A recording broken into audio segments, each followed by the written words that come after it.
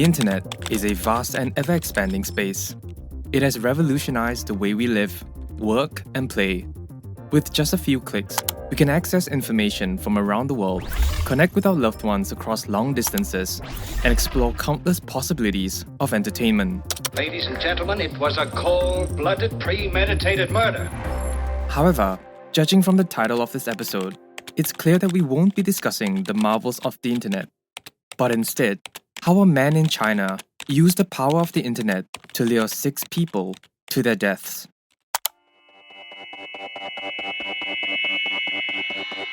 In September 2009, an online forum that catered to the homosexual male population in China was bustling with activity. The sheer volume of posts and comments shared would make anyone's eyes widen. The online forum was more than just a place for casual browsing or idle chatter, although that was a big part of it. It was also a hub of intellectual exchange, a space where users could engage with one another on topics that mattered to them. Whether it was politics, social justice, or sexual identity, there was always a conversation to be had. Most of them were fairly standard, nothing too out of the ordinary. However, there was one thread that had garnered a significant amount of attention from users. It was a thread where members could post ads for various services or requests, particularly those of a sexual nature. Among the various posts, there was one that stood out from the rest. It was written in Mandarin, and it detailed a rather specific request. Looking for northern men aged 23 to 40 who would play choking games for money. At first glance, many users might have been taken aback by the ad's unusual nature. After all, paying men to engage in choking games for money was not something that many people would consider a typical or acceptable request. But despite its strangeness, the post had managed to attract a considerable amount of attention from users.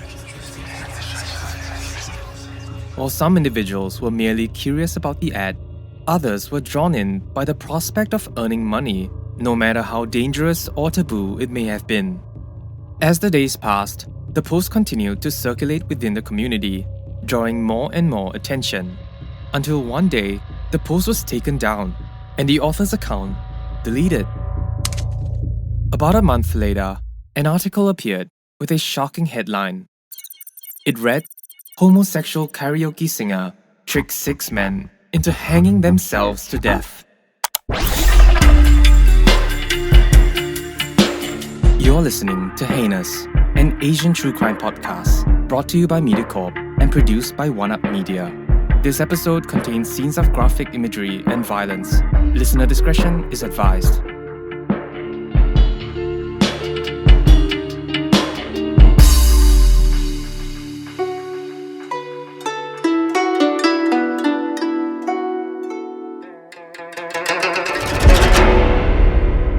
The user that had posted the ad was a 37-year-old man named Zhou YouPing.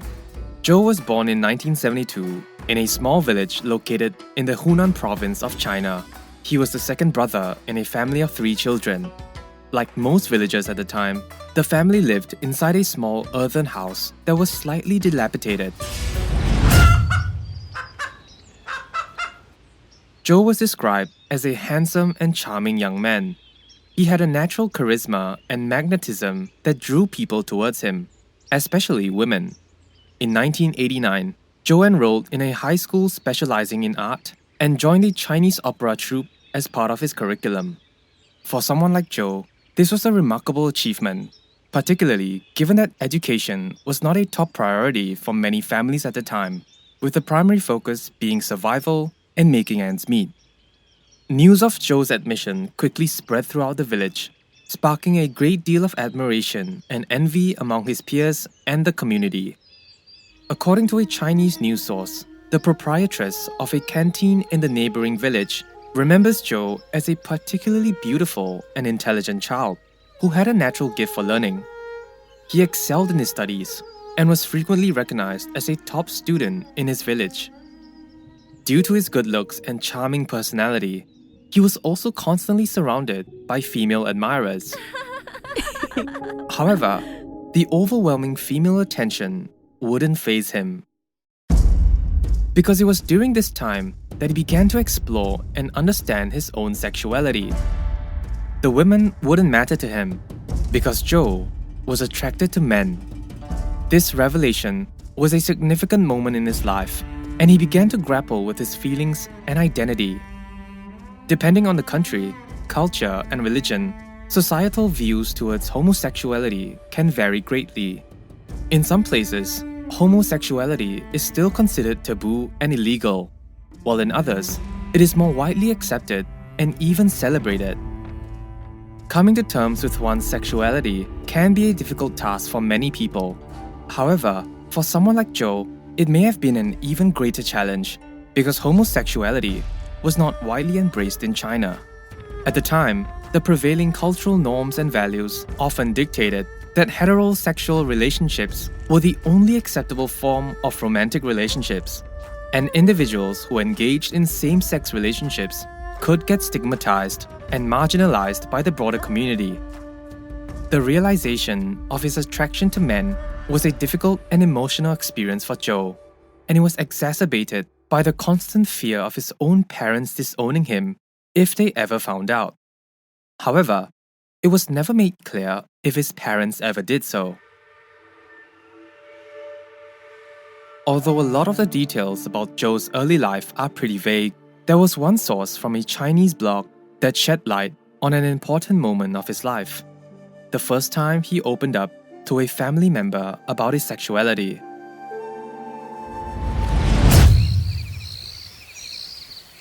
In 1989, a teenage Zhou YouPing was feeling flustered. His family had been urging him to get married, and he knew that there were many girls who had liked him. However, he would always laugh off his family's requests. His cousin Zhou Li approached him and said, "YouPing, why haven't you found a girl yet? You know your parents are eager for you to get married." "Yeah, I'll look for one soon. Don't worry about it," Zhou replied with a smile. But Zhou Li could sense that something was bothering him. She sat down beside him, put her hand behind his back, and said, "Tell me, what's wrong? You're not gay, right?" For a moment, there was silence. "I'll find someone for you. Don't worry about it." Zhou laughed at her comment, relieved that she was willing to help, but also hiding the pain he felt inside. He knew that finding someone was not going to be the solution to his problems, but he appreciated his cousin's attempt to make him feel better. According to the source, Zhou's high school years were marked by immense pain and agony, leaving him with an ardent desire to lead a normal life. Specifically, he had expressed that if he were able to find a female partner, get married, and have children, he would feel content and fulfilled.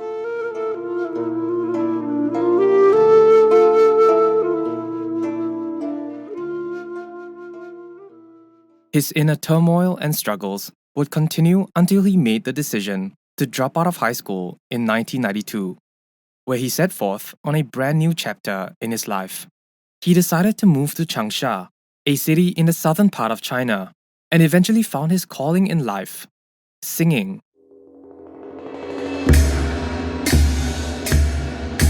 According to sources, Zhou's interest in singing can be traced back to his father, who was reported to be a skilled and accomplished singer himself. According to the village neighbors, Zhou's father had a talent for singing and was well known for his public performances in the village. It is said that Zhou was greatly inspired by his father's talent and musical abilities, which motivated him to follow in his footsteps. With his father's legacy serving as a driving force, Zhou adopted the stage name Dai Jun and embarked on a career as a karaoke singer. After some time, Zhou had begun to make a name for himself, earning a reputation and a small following among the numerous cabaret clubs in the cities of Changsha and his hometown of Xiangxiang.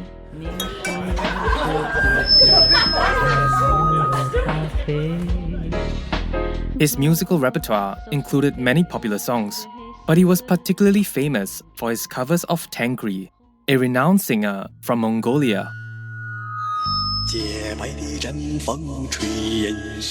Although Zhou YouPing had managed to achieve a certain degree of success, he was never quite able to attain the level of critical acclaim that he had hoped for.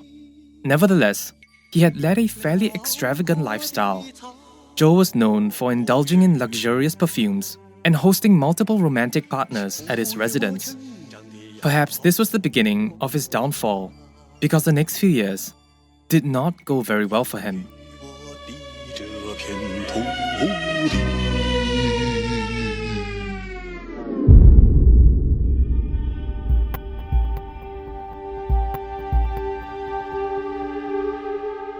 On the fateful evening of June 22, 2006, Zhou had arranged to meet a man at a hotel located in the Kaifu district of Changsha.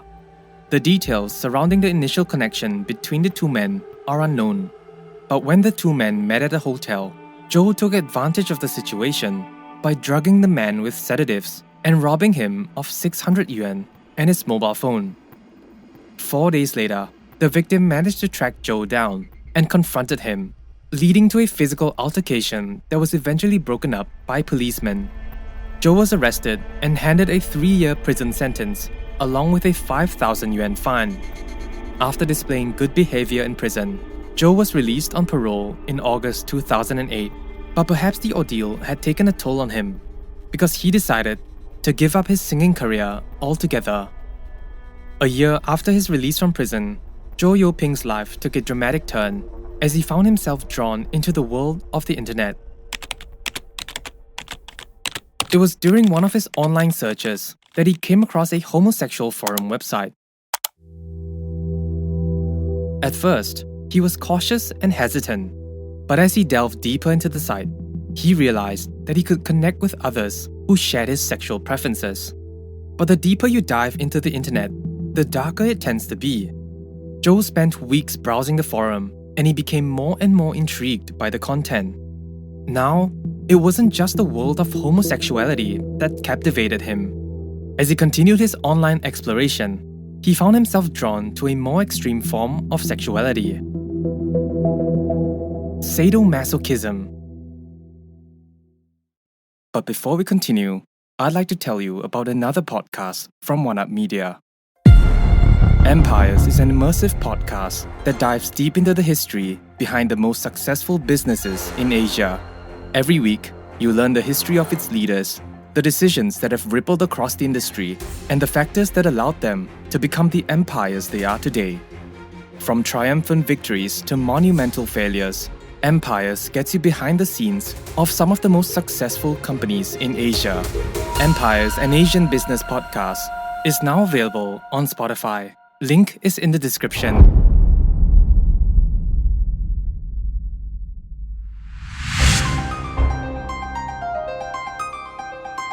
Sadomasochism is the derivation of sexual gratification from the infliction of physical pain or humiliation either on another person or on oneself.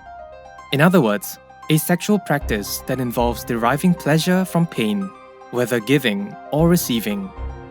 For Zhou, this hidden desire had never been revealed to anyone, not even during his previous relationships. He had kept this part of himself hidden away, perhaps afraid of judgment. But the anonymity provided by the internet allowed Zhou to explore this desire. On the forum, he found a community of like-minded individuals who shared his interest in sadomasochism. But as he delved deeper into this world, his desires turned more extreme. It's reported that after Zhou discovered this passion, he would quickly go on a posting spree. One of his posts was an advertisement in which he stated that he was looking for slaves to engage in choking games. In addition, whoever agreed to take part in his activities would be rewarded with money, although the exact amount was never made clear. By slaves, Zhou meant men from the Hunan province between the ages of 23 and 40 who were brave enough to partake in the games. These choking games involve players voluntarily choking themselves or each other, typically by hanging for erotic purposes. The goal was to endure the choking for as long as possible before signaling to the other player to release them.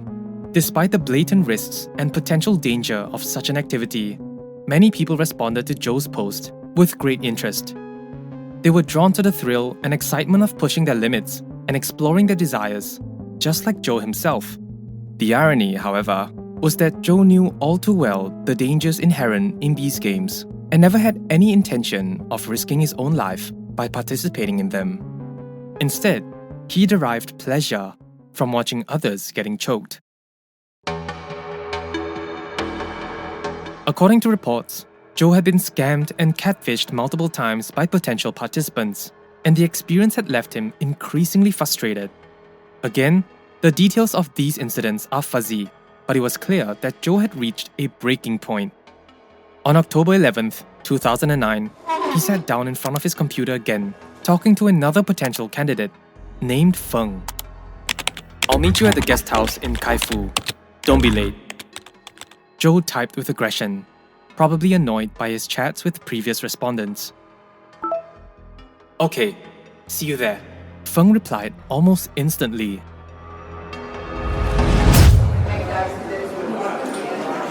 The two men did meet at the guest house that day, and without hesitation, proceeded to a room that had been reserved under Zhou's name. As Feng prepared the ropes and the noose for the game, Zhou noticed a piece of paper sticking out from Feng's bag. Upon closer inspection, he realized that it was a positive HIV test result. Zhou couldn't help but feel overwhelmed with fear and uncertainty, but at the same time, he was pissed off. Meanwhile, Feng remained unaware of what Zhou had just discovered. "I'm about to begin. Are you ready?"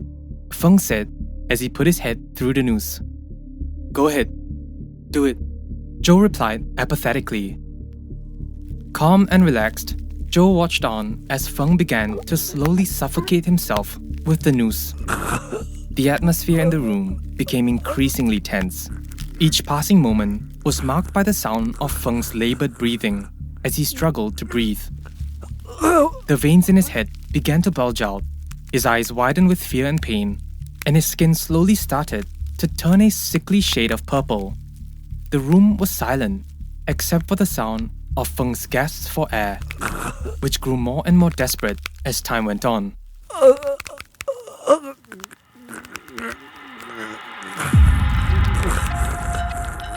Feng struggled with all his might, his hands frantically signaling to Zhou to release him. The sound of Feng's breath became weaker and weaker until it eventually trailed off into a deathly silence. Zhou calmly observed the lifeless body before him before leaving the guest house without a second glance. This was a pattern that he would repeat over and over again, each time leaving a lifeless body hanging from the ceiling. Over time, Zhou's twisted post on the forum drew the attention of many users, but as the number of victims continued to grow, so too did the attention of the police, who began to investigate the string of suspicious deaths. That's coming up in the next episode. On October 11th, 2009, at a hotel in Changsha, China, a staff member was going about her duties when she walked past a guest room that was emitting an unbearable odor. The hotel staff walked towards the room with a frown on her face. The pungent odor grew stronger with each step. It had permeated the surrounding area, making it clear that something was amiss inside the room.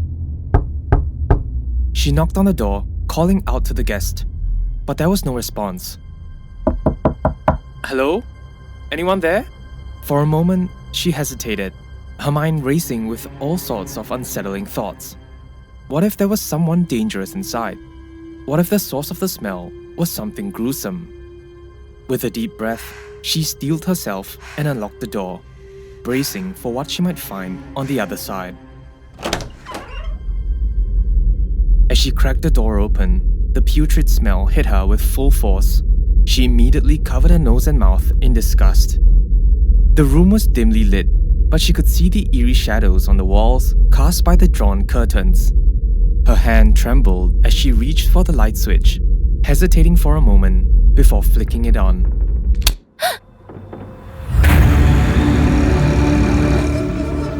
The hotel staff gasped and stumbled back, her hand flying to her mouth in shock. She could feel her heart pounding in her chest as she took in the grisly sight before her. There it was, a body hanging by the neck, swaying gently in the sudden light.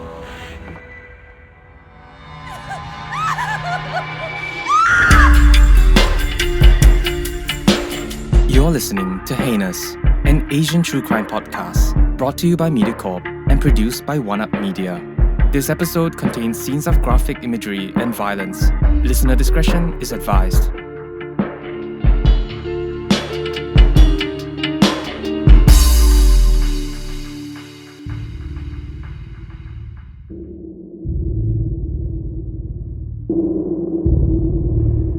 Hours before the gruesome discovery, 37-year-old Zhou YouPing had arranged to meet a man named Feng at the guest house. As Zhou nervously waited for Feng to arrive, he couldn't help but feel a mixture of excitement and apprehension. He had been searching for a partner who shared his interest in his choking games for some time, and Feng seemed like the perfect match. Previously, they had exchanged messages on the homosexual forum website, and Feng was the first successful candidate for his choking games that actually appeared in person. Moments later, Feng arrived and Zhou felt a rush of adrenaline as they checked into the room. But then, their evening quickly took a dark turn. Zhou had noticed a piece of paper in Feng's bag that turned out to be a medical report indicating that Feng was HIV positive.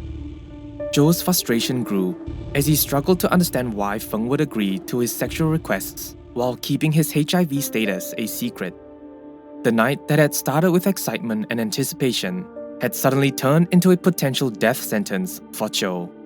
The weight of his anger and fear seemed to crush down on him, and it was enough for Zhou to ignore Feng's pleas to release him. Feng hung lifeless from a rope that had been secured to the ceiling. Minutes passed, and the sounds of his desperate struggle were eventually silenced. After receiving the report of the incident, the local police arrived at the guest house and quickly assessed the situation.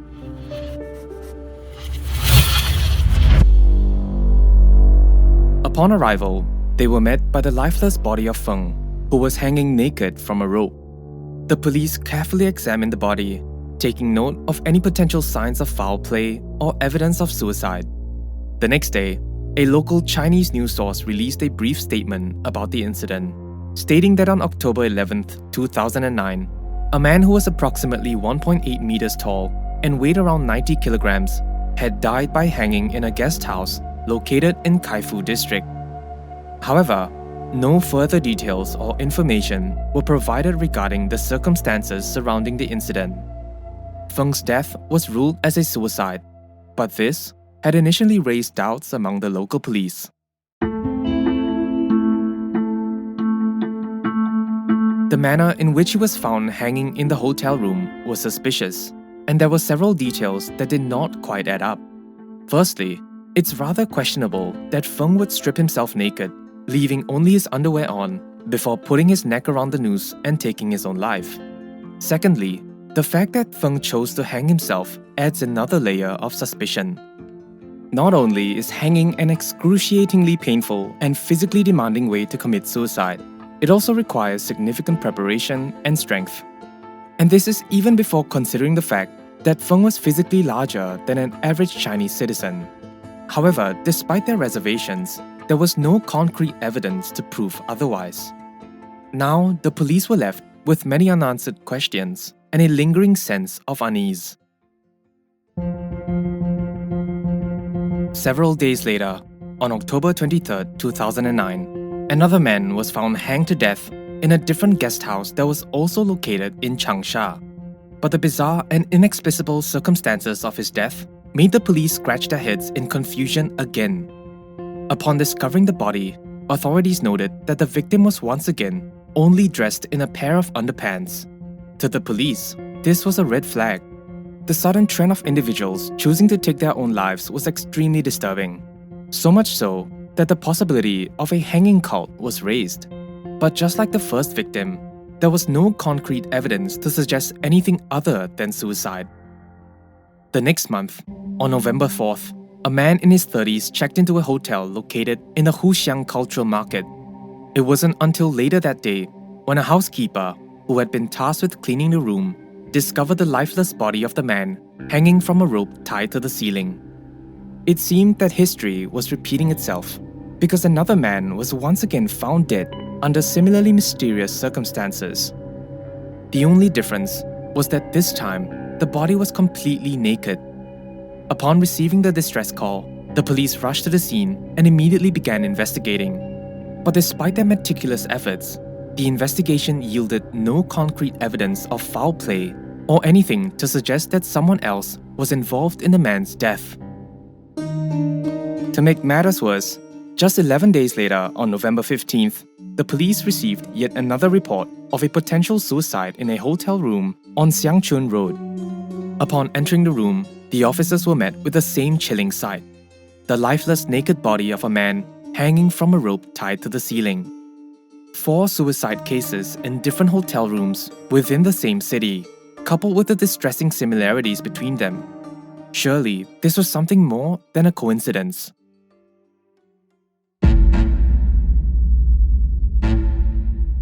According to several sources, Zhou would continue his twisted game with 2 additional victims, bringing the total number of his victims to 6. The details surrounding these last 2 incidents were not explicitly stated, but it is believed that Zhou employed the same method across all of his crimes. Zhou would use the online forum to seek out potential candidates. Once he had identified his targets, he would lure them to hotels or guest houses, and the games would begin. However, the game was rigged from the start, and the unsuspecting victims were only a pawn in Zhou's sadistic scheme.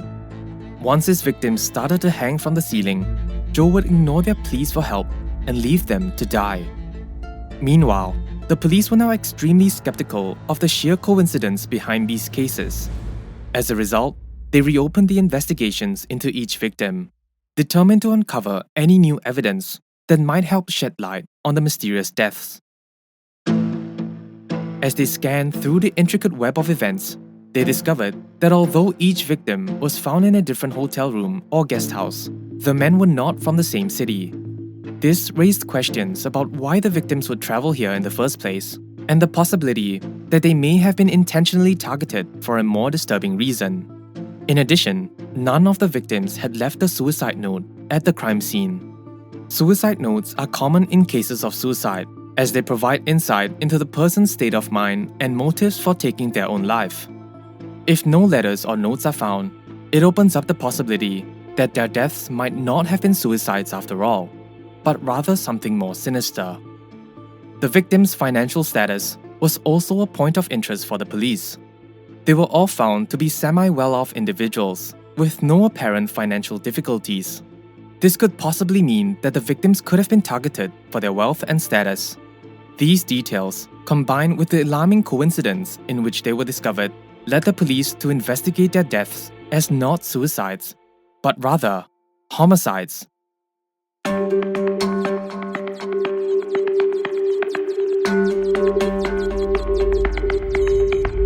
Despite the lack of evidence tying Zhou to the cases, the authorities were rapidly gaining ground, and Zhou's luck was quickly running out, because the authorities had discovered a crucial piece of evidence that connected him to the murders. Upon reviewing the guest logbook at the hotels where the victims were found, it was discovered that the name Zhou had been used to book the hotel rooms for 2 of the victims. With over 20 million people in China bearing the name Zhou, we don't know for sure how the police managed to identify Zhou YouPing, but it's believed that the police may have identified the actual Zhou through witness interviews or by other means. They may have also obtained surveillance footage from the hotels or guest houses where the victims were found, which could have captured Zhou entering or leaving the premises. What we do know is that after he was identified, the police began to delve deeper into his online activity, and it wasn't long before they discovered the advertisements for his sex games.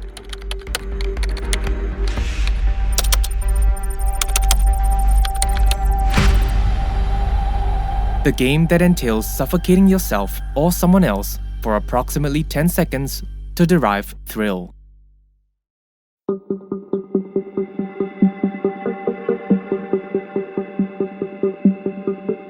the investigation deepened, a pattern began to emerge.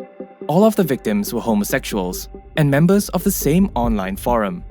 Then, through analyzing messages and internet activity, police realized that all the victims had a common partner, Zhou YouPing.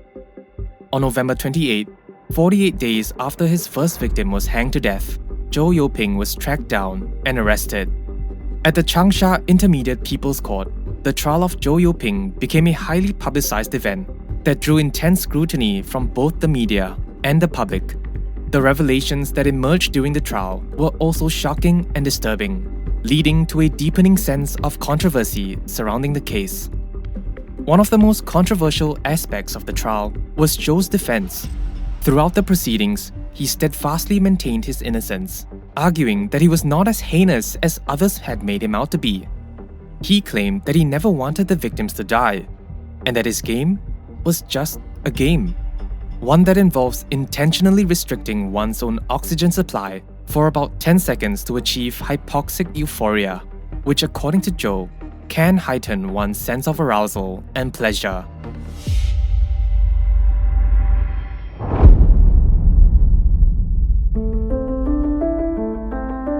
This defense stirred up a great deal of anger, particularly among those who had lost their loved ones because of his actions.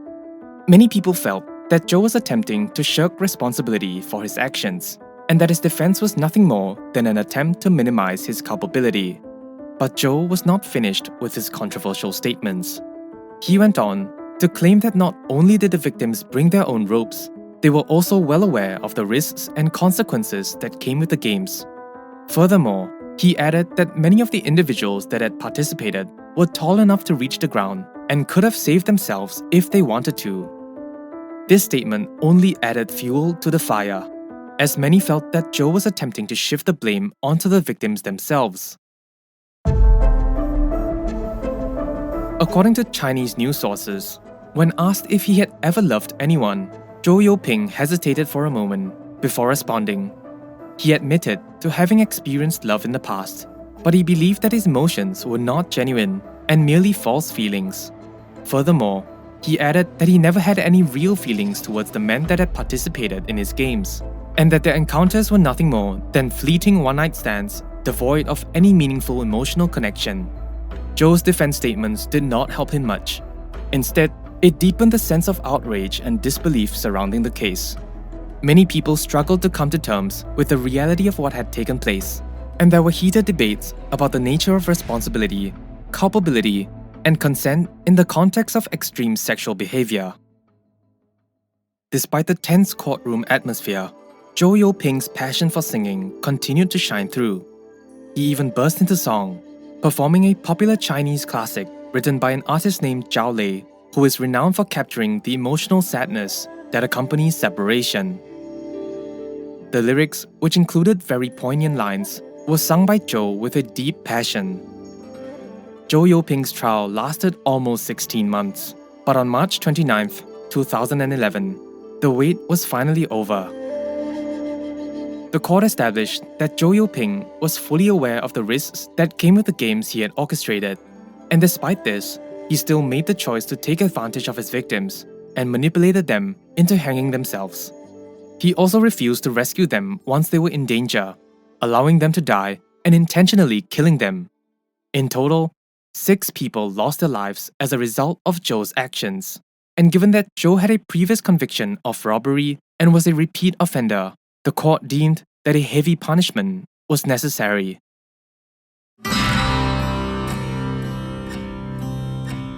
Zhou was ultimately sentenced to death for intentional homicide and deprived of political rights for life. He appealed his conviction, but the higher court upheld the verdict, leading to his execution by lethal injection on August 29, 2014. Justice had been served, but it's worth noting that although Zhou's crimes were indeed heinous and unforgivable, he did have a hard time dealing with loss and rejection in his early years. Several online articles stated that Zhou's life was marked by the tragic deaths of important family members, including his own father, who was violently beaten and killed during Zhou's youth. Furthermore, Zhou had to deal with disapproval from his mother and sister, regarding his sexual orientation, which would have likely made him feel excluded and potentially even ostracized from his own family. This left Zhou feeling lost, confused, and unsure of his place in the world. As he grew older, these feelings of confusion and disorientation only intensified, and he was never able to find a way to fully identify with himself. According to a reporter on a Chinese news website, Zhou YouPing's mother was in disbelief upon hearing about the charges brought against her son. She was unable to comprehend why her son would engage in such an activity that ultimately led to his death sentence. When asked about her son's behavior and why he may have chosen to participate in the sex games, she appeared to be at a loss for words. As the reporter continued to ask questions, Zhou YouPing's mother was silent, lost in her own thoughts and emotions. When the reporter left, Zhou's mother says he was wronged, and her face remained expressionless.